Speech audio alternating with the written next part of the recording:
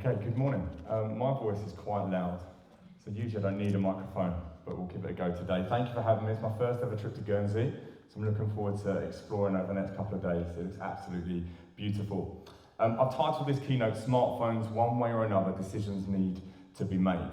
And you'll hear from me today about smartphone use and the stance that my school has taken over the last few years. And I'm here because I passionately believe that smartphones, although incredibly useful, and I mean that, incredibly useful, can be extremely damaging for young people. Whatever your stance, I believe off the back of today, you need to make a decision, one way or another, about what we do with young people and their phones. We can't just sit on the fence. Before I begin, I think it's important to tackle one of the biggest challenges I face when talking around phone use in school, particularly to other schools and to parents, and that's the word context. You may be sitting here and thinking, David, it's fine for you. You lead a school in London, we're in Guernsey, you're a school of choice, we might struggle to have children join our school, you're an independent free school, we are not. You might think you're co-ed, I've got boys and no girls. You might be privately funded, you might not be. Okay? Some are blessed with having a huge amount of students in their school, some are not. Some have a wide catchment area, some don't. Some have higher percentages of pupil premium and special educational needs, while some have less. And the classic, which I hear all the time, our parents, David, are different. Our parents would struggle. Your parents, they would understand more than our parents. I firmly believe the context does not apply here. It doesn't apply at all. Why? Because all children suffer in the same way through smartphone use. The colour of their skin, the area of the country they live in, the money in their back pocket does not affect the challenges that they face and the harm that can be caused. Do not be fooled by context. I lead an all-boys school in central London. My daughter goes to a state comprehensive all-girls school on the fringes of London. My son attends an alternative provision for children with autism. All of these schools have a strong policy of being smartphone free. I'm working with a group of 7 secondary schools in the Brighton area.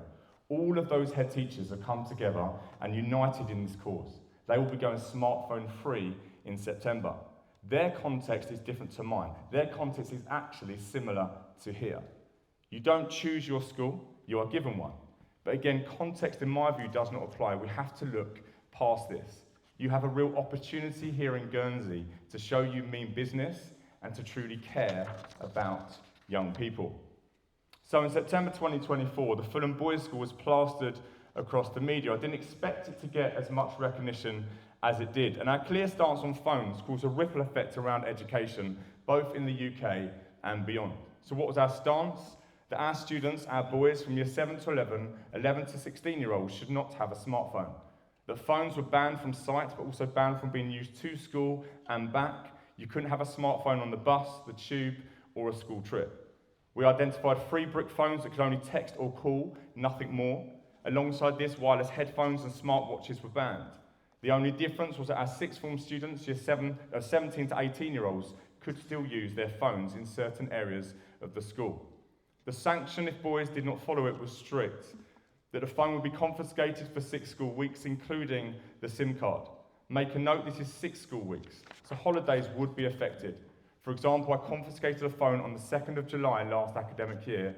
That student did not receive his phone back until the 1st of October. I love it, by the way. And on the Q&A, take me on. It's absolutely fantastic. I'm just going to give a little an illustration there. I was in a parents' evening a few months ago with a year 11 child, so 15 years old, and their mum. This isn't in my script. I always got a script. And the mum said, I'm really struggling. He will not go off his phone. And he said, well, you know, in my view, you shouldn't have one in the first place. So she gets her phone out and she rings him. He's sitting next to her. His phone goes off. Yeah? She says, can you confiscate his phone, please? Okay? He will do really well in his GCSEs. She needed our backing. So, why such a strong policy? Why, as a headmaster, did I decide to stick my neck on the line and be the first to do such a thing?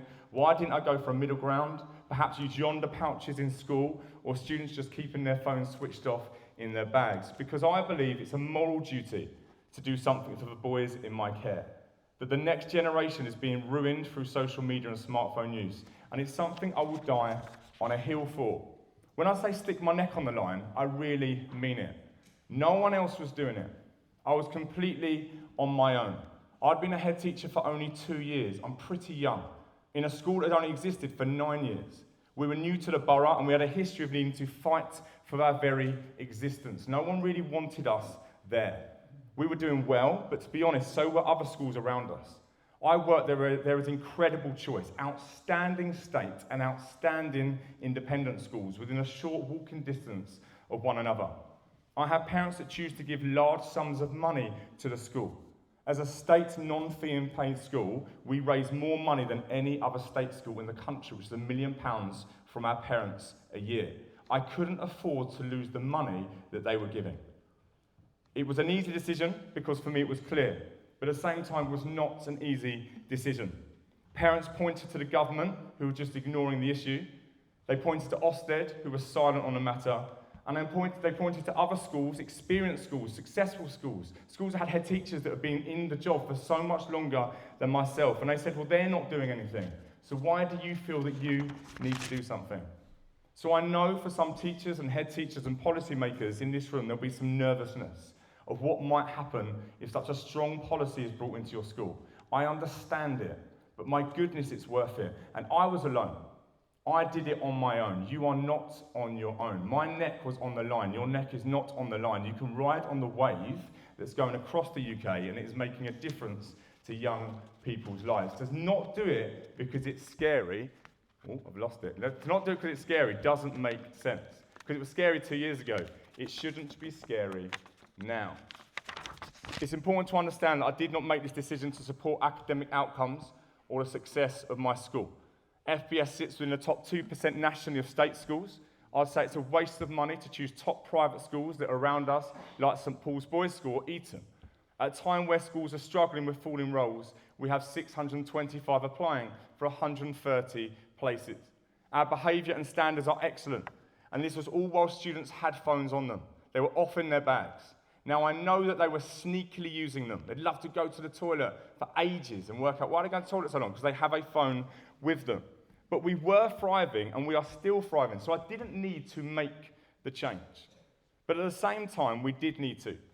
The issue, in my view, is not academic attainment, and it is not behaviour at school. Although I'm sure for many schools, if you make this decision, it will help in those things. But it's much more than this. Young people desperately need a life without smartphones. To remove them at school, but allow them outside of it, is simply not good enough. I care about the whole person. I care about who they are, what they achieve, and what they become. And clearly something needs to be done. But what the media did not see was what was behind the decision. They did not see who we are as a school, the process that we took, and the research that we delved into making such a strong call. As I said, FBS opened its doors to students in 2014. We were on a temporary site. We grew to 2 sites and finally into our permanent building in the heart of Fulham. As a free school, our ambition was to take the best of the state system and the best of the independent system and to bring it together. We believe that academic grades matter, but they do not define a young person. They are not everything. We want men of character, who have integrity, who will do well in societies. We talk about them all the time, being really good husbands one day and really good dads. It's important that you know this. My stance is clear. I'm not going to wait for the government to tell me what to do if I believe something is right for young people in my care. I will just get on and do it. We believe that education should allow our students to be lost in the moment, to create memories that last a lifetime. This picture was taken over 10 years ago, and I love it because they don't see the camera. They are just loving life and enjoying being part of the school. Fast forward over 10 years, this was last year. It's important we let children be children. We let them learn to love life. Loads of children enjoying the setting they're in, not a single phone in sight, because they simply don't need one. These are my 2 children. You can probably tell which one's more cheeky than the other. I speak about them all the time. It's Esme and Zeph. Esme's in year 7. She's flying, absolutely flying. She hasn't got a smartphone. She hasn't got any social media. Zeph is in year 5. He's got autism. Life is a struggle for Zeph. I want to lead a school that would cater for and love all the children in its care. If the school is not good enough for my own children, it's not good enough for anyone. I always knew I wanted to do something around smartphones.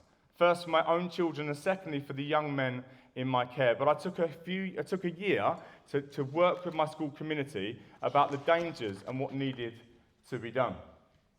I believe the problems are clear to see. So first of all, alongside members of my senior leadership team and governing body, we read The Anxious Generation. It was shocking, but not surprising. If you work in schools, it's not surprising at all. The damage to young people over the content through their phones was clear. We then conducted a series of 6 staff briefings on the online world. The conclusion being that our staff were all addicted to their phones, including myself, and that many have been and continue to be severely impacted by what they see. Members of my staff have spent time with a school counsellor off the back of these sessions because they've realised that what they've seen over the years has impacted them so severely. We conducted an anonymous survey with all 800 boys. 56% reported getting their first phone in year 5 or 6, that's 9 or 10 years old. 93% had a smartphone, 89% bring their phone into school, 49%, this really annoyed me, said they used it in school. 42% receive more than 50 messages or notifications each day, and over 15% receive over 200 notifications a day. 38% reported they have no restricted access to their phones at all.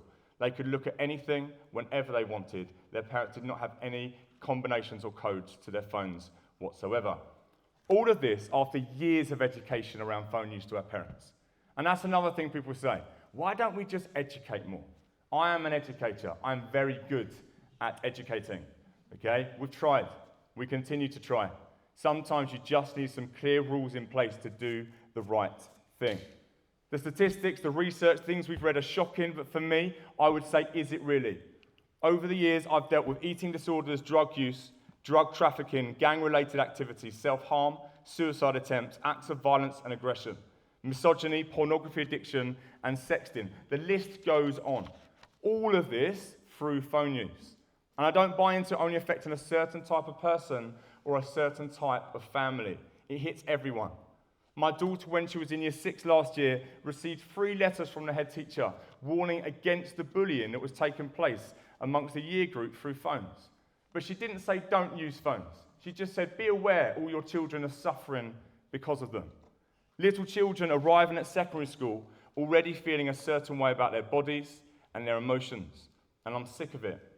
Interestingly, recent data from the World Health Organization in 2025 confirms what Jonathan Haidt in The Anxious Generation was saying.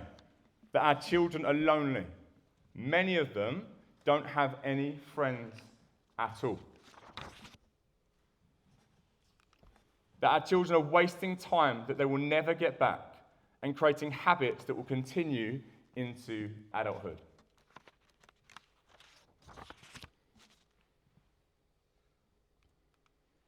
That our children are living a life where their own sense of identity and purpose is wrapped up in who others say they are. That they are never satisfied in how they look, how they speak, and what they achieve.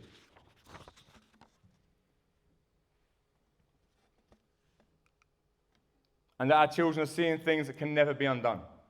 A few years ago, I asked a boy in year 10, when was the first time he looked at pornography? He said when he was 11 years old on a school residential with the Fulham Boys School. His parents put all the safety measures in place, and on my watch, I blew it. He's been addicted ever since. We now run sessions at school on violence in sex, particularly strangulation, as that is what pornography so often displays. 85% of pornography involves violence towards women. It makes me sick that we are spending time having to frantically undo the damage. Wouldn't it just be amazing if we could just deal with the root cause? Of course, phones and social media affect all children, but for me, in my context, we did a great deal of work looking at boys. And I think it's important to hold on to what we see in the world that we live in. We know there's a problem. Emma has said that really, really clearly. And as educators, we see and feel it every single day. But even today, there's a fear that helping men means hindering women. And it's not true. It's important to drive for equity in terms of gender, class, and race. So raising men up does not mean holding women down or displacing them. It means rising together. So for girls to flourish, boys need to flourish. And for boys to flourish, girls need to flourish. I think that's really important. I don't think boys and girls are the same. I think the interaction they have with social media and smartphones impacts them in different ways, but it does impact them both. I know many in the room will say, oh, David, you lead an all-boys school. Ours context is different. It is not different. Children are being affected. The first step is to understand without prejudice that there is a problem for boys. And that, for me, was really clear in leading a boys' school. And I want to run through some statistics about boys and then go to girls afterwards. Girls are universally outperforming boys. Boys are 50% more likely than girls to fail at all three key school subjects, maths, reading, and science. Girls are 14% more likely than boys to be school-ready at age 5. My personal belief is boys should just not be going to school at the same age as girls. The most common American high school grade for girls is an A, for boys it's a B. Boys are less likely than girls to graduate. 40% of British women head off to university at 18. Only 29% of men do. In Iceland, 77% of undergraduates are women, and in Scotland there's now policies in place to increase the male representation at Scottish universities. The stats carry on. In every country now, more young women and young men with a bachelor's degree. Male students are more likely to tap out, so to take a detour away from their studies, and that means they can drop out altogether. Male students are at higher risk of dropping out of college than any other group, including poor students, black students, or foreign-born students. The worst statistic is just being a young boy. Boys scored lower than girls in the 63 largest developed nations. That's crazy. 63 most developed nations. Girls outperform in every single one of them. And worldwide, boys are 50% more likely than girls to fail in all basic proficiency. For me as a head teacher, I realised the stats were damning. Boys are falling behind at school and colleges because the educational system is structured in ways that put them at a disadvantage. And I don't have the time to go into all of the reasons why. But the common denominator for underperformance at school and therefore later in life in wealth or ethnicity in everything that we do is being a young man. And we're failing them in education. And I knew that I had to do something about it. But the stats get worse. When we look at mental health, deaths of despair almost 3 times higher among men than women. Suicide is now the biggest killer of British men under the age of 45. If you can make male mortality rates the same as female rates, you could do more good than curing cancer. More men in the UK have died by suicide in the past year than all British soldiers fighting in all wars since 1945. The rate of increase in male suicide in India is growing at more than 9 times that of females. Suicide increases as the pressure of male roles and hormones increase. Before puberty, the rates are pretty much equal.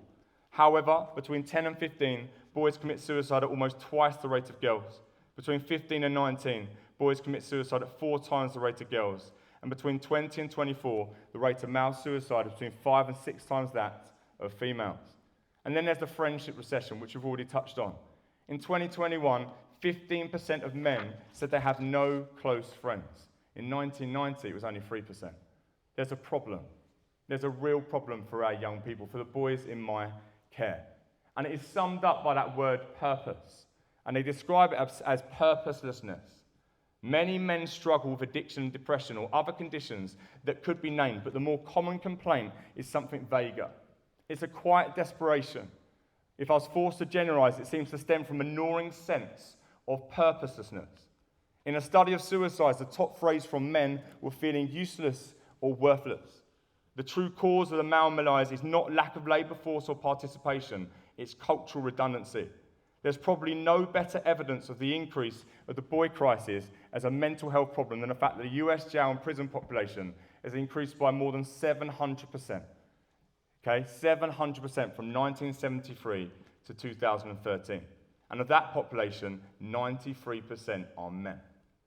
That's the context that I am in with boys. For many of you in a co-ed system, 50% of your schools are experiencing this and are experiencing it across the globe.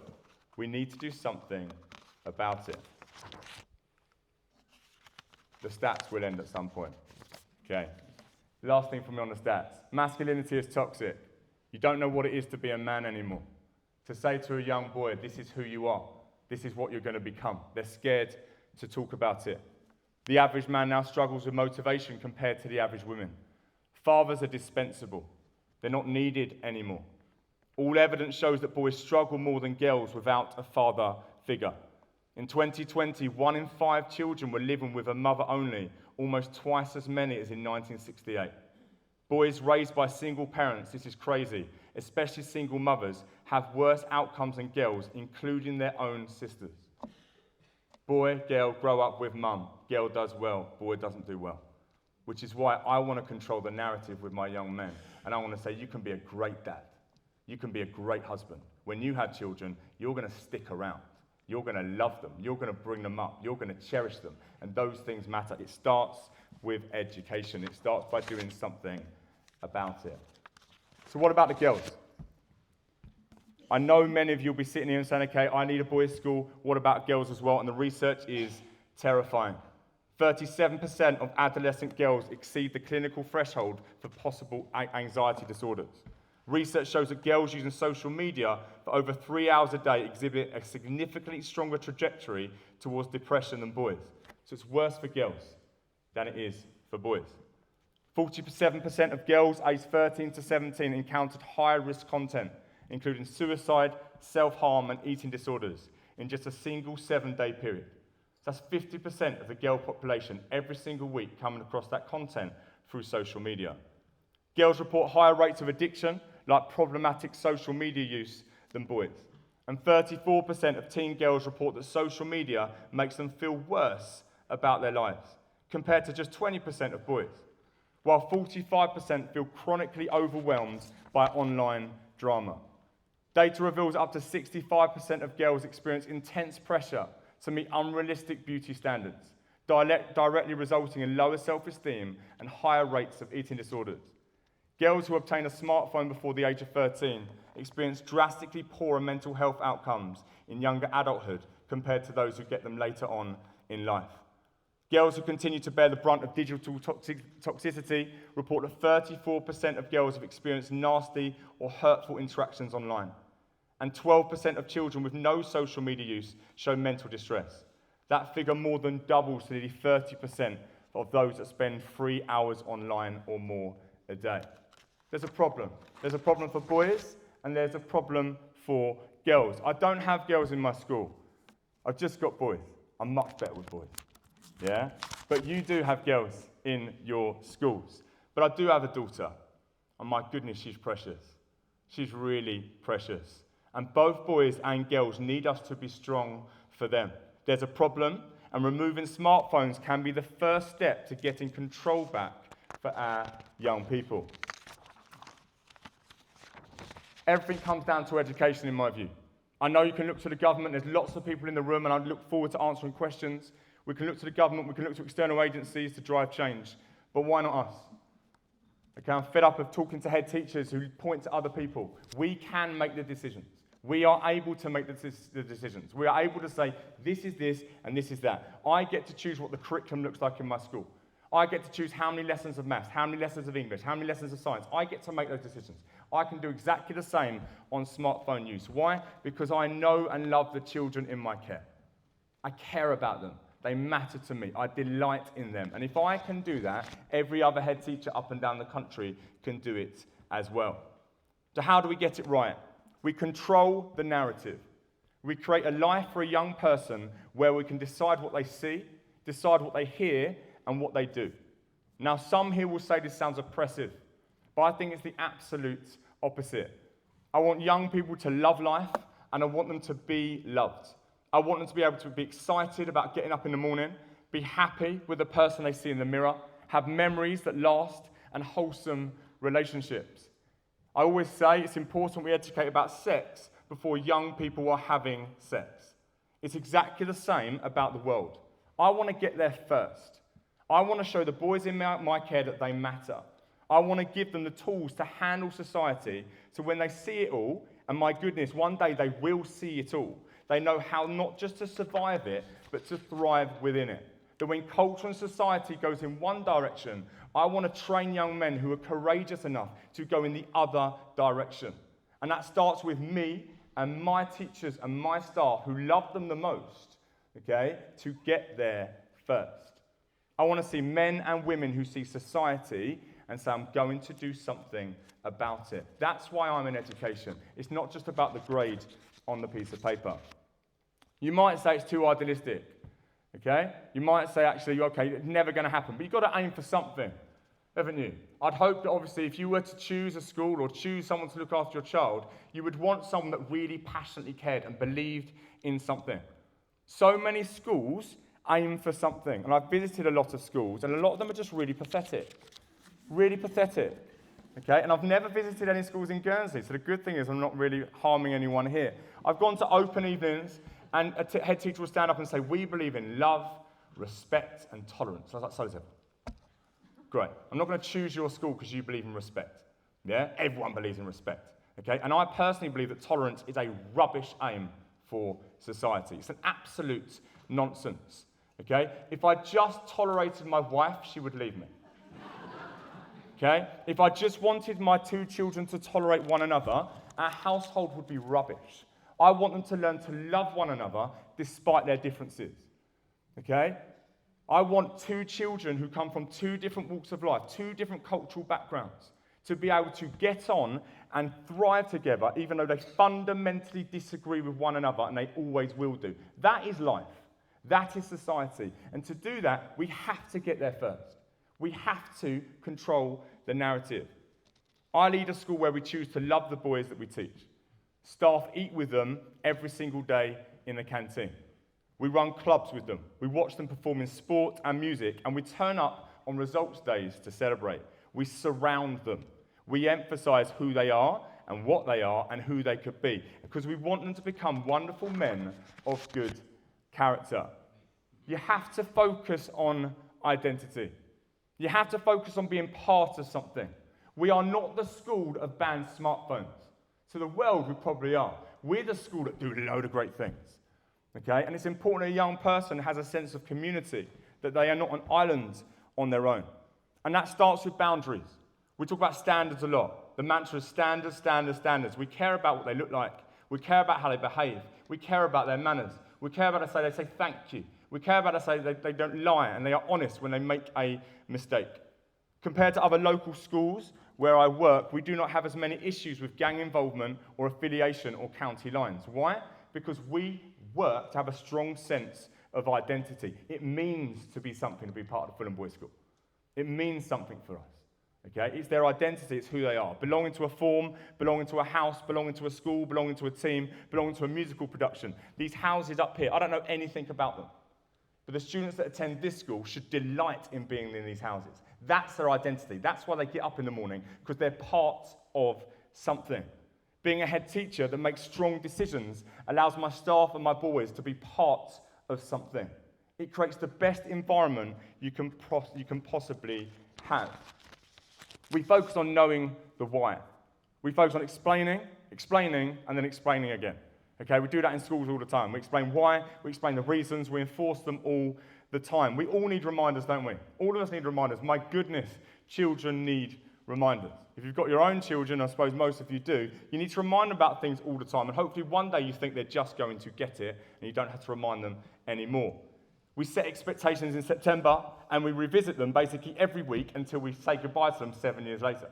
Yeah? Because that is our job, and we do that all the time, because we want to make sure that they understand. Okay?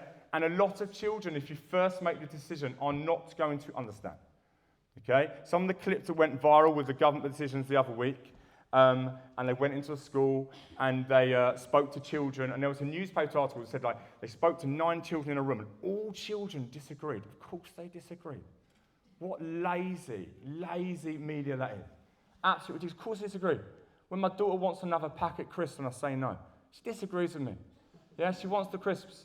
Yeah, it's the same principle. Okay, and they did this interview with a girl and it went viral. There were memes everywhere on it.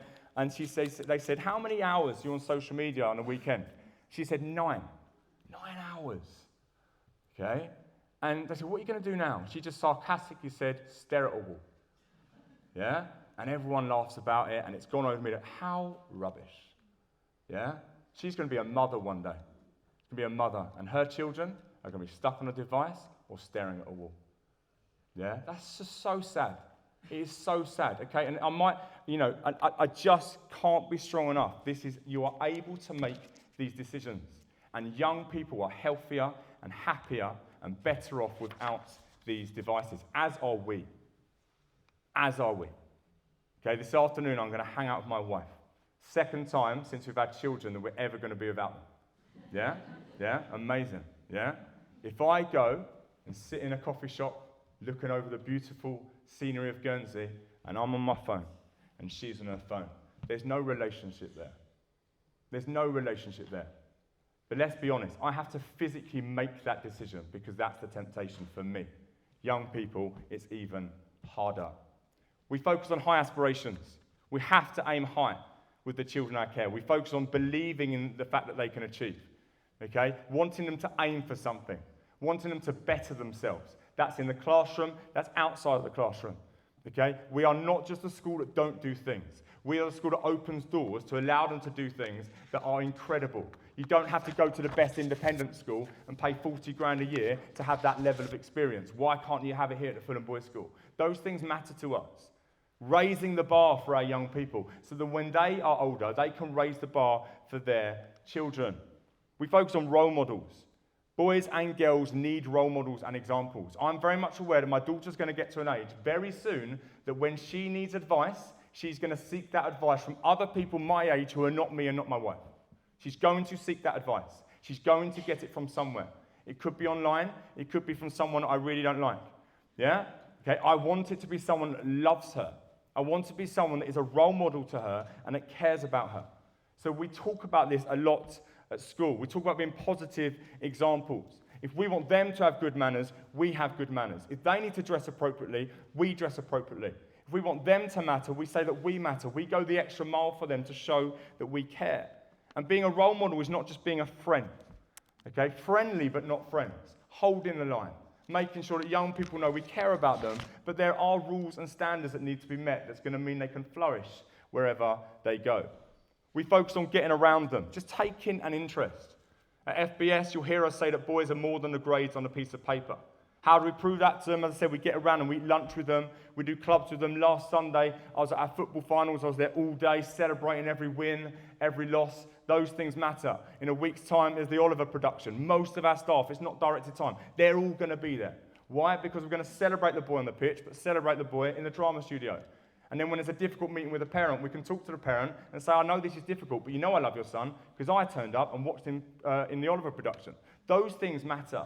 And the boys see that we care about them. This can happen in all schools. I'm sure it does happen in the schools in Guernsey. We focus on chances. This is Maurice. Look how big his head is. Absolutely huge. It's not that big in real life. Okay? We focus on chances. Maurice is a nightmare. In year 7 is an absolute nightmare. In trouble all the time. He's now in year 10. Hasn't been in trouble since the beginning of year 8. Okay? And we focus on chances. Higher standards. But second, third, fourth chances. Low stakes. Less ultimatums, giving a way back, showing you care, holding the line, being friendly but not friends, having an open door. There's always a way back. Always a way back. Those things matter. That is how you make these changes. So when a head teacher says this is what we're going to do, and the parent pushes back and says, oh my goodness, I don't like what you're doing, you say, yeah, but let's focus on all the other things that we do. Don't make who we are about phones. We are not about phones. I have not made a school that's about phones. Don't make the whole thing about phones. I'll talk to you about phones, but let me talk to you about all these other things and how foolish it would be for you to remove your son and go somewhere else where he could have a phone but lose out on this, plus a head teacher that knows his name, who loves him to bits and would do anything for him. Okay? That is the narrative that we need to say in education. And we focus on environment. Do they think we're on their side? How do we greet a boy? How do we make sure that when he's been a real pain on one day and the next day you're educating him and you're on the classroom, yeah, you're on the threshold and he comes down the corridor, oh, how are you, John? It's great to see you again. Yeah, even if you don't mean it. Yeah, you're forcing yourself to say it because actually, you're really annoyed with him and you haven't got over it yet. But you force yourself to say it because you know that you want to love him and you want to show him that actually this can work. We line up all of our boys every single morning on the playground. Our form tutors walk down, they check the uniform and they say, hey, how are you? Oh, you weren't here yesterday. Is everything okay? Yeah? Those things really matter. We're not just a school. We're not just a school that doesn't allow phones. And that's what I'm really trying to emphasize for any head teachers or people in education in the room. Don't make this the big defining moment. Okay? That isn't what you're doing. You are doing something to keep young people safe. And then you are celebrating, because of that, everything else that you do. It's really important that we say that. I'm going to touch on parents, not for long, but you can ask questions later on in the Q&A. It's important I mention parents because for school leaders, this is what they're worried about. Most school leaders, in the majority of things I've said, will completely agree, but they're scared of parents. Parents are scary. Yeah? With the use of AI, parents are even more scary. I am drowning in complaints. Yeah, not really on phones anymore, but there were some. But I drown in complaints on everything. Because a parent can take 20 seconds, write a really well-long complaint, and then through policy, I've got to spend hours responding to it. Okay? So there is a fear with parents. The vocal minority did have their say. They did have their say. And some were forceful. But I think that's okay. They love their son. I love their son. That's what I come down to. They have a different approach. I've got a different approach. But the love is still there. Doing it because they love their child. They just don't understand in the way that I understand. That's fine. We might have to agree to disagree, but you're in my school, so you've got to follow the rules. The difference is my job is to love all of them. Over 800 boys. Their job is to love the 1, 2, 3, 4, however many they've got. Okay? That's the big difference. And I try and stress that to the parents. I sometimes say, what would you do for this boy? What would you do for this boy? The boy who's suffering from an eating disorder. Okay? If there was an alcoholic in your household, would you remove alcohol from the household? Well, yeah, of course I would. Okay. I've had a parent in a coffee afternoon. She said, Mr. Smith, you're white, I'm black. You don't understand the dangers for black young men in London. He needs a smartphone. I said, fair enough. Okay, I don't understand all the dangers, but in my first school for 5 years, where the majority of children were black, 5 of those boys lost their lives, 3 were stabbed, 2 were shot, and they all had a smartphone. I have been to their funerals. The smartphone didn't solve their life. Okay? It didn't keep them alive. Okay? It didn't get rid of all the issues. And it's a lot more complicated than that. But you're able, as a head teacher, to go back at parents and say, I do understand. I do have the answers to these things. And it does make a difference. No parent has withdrawn their son from the school or from a school trip. No boy has been suspended or permanently excluded because of the phone policy. But I would do those things if I had to. On the whole, they get it. And over time, the noise does go away. And this is significant. Our parents for younger children are incredibly grateful. Incredibly grateful. I've only ever had 3 rounds of applause in my life in a school. Yeah? Don't feel sorry for me. Yeah? I've only ever had 3. Okay? It's all been from parents at open evenings of the younger children who are delighted about this issue. My school were in the top 2% nationally in academics. When I took over the school, we were in the bottom 20%. I didn't get a round of applause. Yeah, I got a round of applause from the parents that said, actually, my child is 9 years old, and I need someone to make this decision so that I can parent better. Okay? And I really want to hit this point. The biggest issue parents have is about safety. Is my child going to be safe? Yeah? And we have to talk about that and work that out, and that might be in the Q&A. Okay? But the parents of the youngest children are the most happy, and it's the younger children who, in theory, are who are least safe.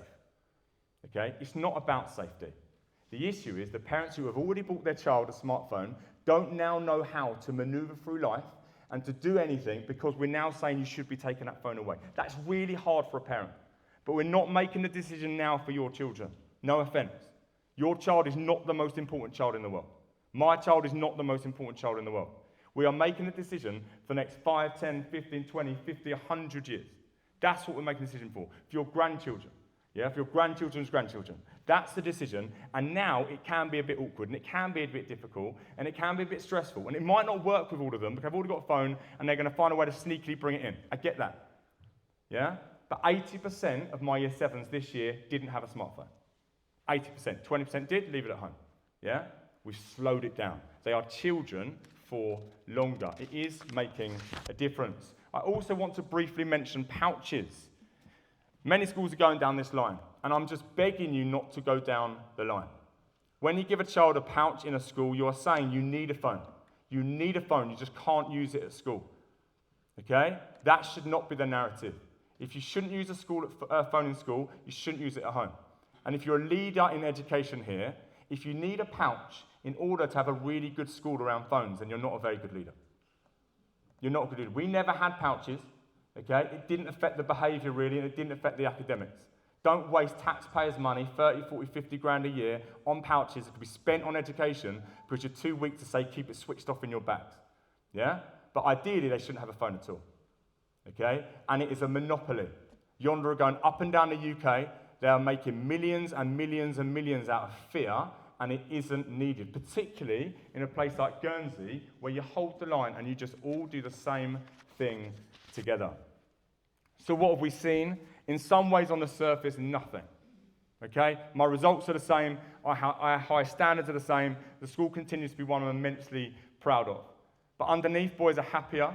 The huge majority of Year 7, as I said, do not have a phone at all. Their childhood is being protected. We've had a 90% reduction in sexual exploitation offences as a school. Our boys talk to each other more.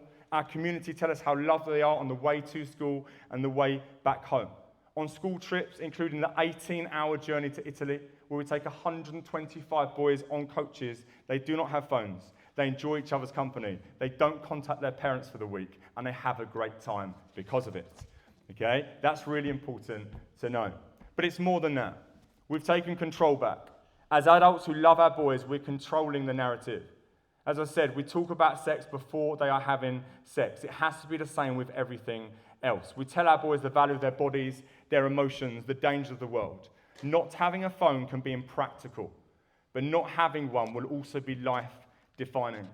Choosing to have one can change everything, and once the door is opened, once your son or your daughter experiences something, you can never take it away.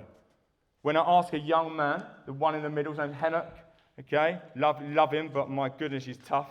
When I ask him so the media came in, and they asked him, what do you think about phone use?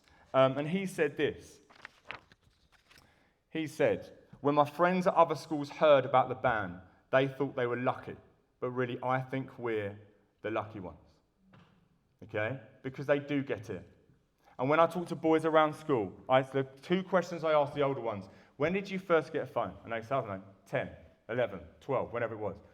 When you're a dad, when are you going to buy a phone for your son or your daughter? They always give an age that's older. If they got it at 11, they say 13. Got it at 13, they say 16. Why is that? Because they are starting to realise that as much as they love their phone, they know the dangers. And for the children, their children, that they are going to love to death, they are not going to let them experience the same thing. There'll be a Q&A later on in a few minutes' time. Please feel free to ask anything. I think you've realised by now I'm quite robust. I can take any challenge on, whether it's how we identify phones, any particular student or parent pushback, or just practical advice.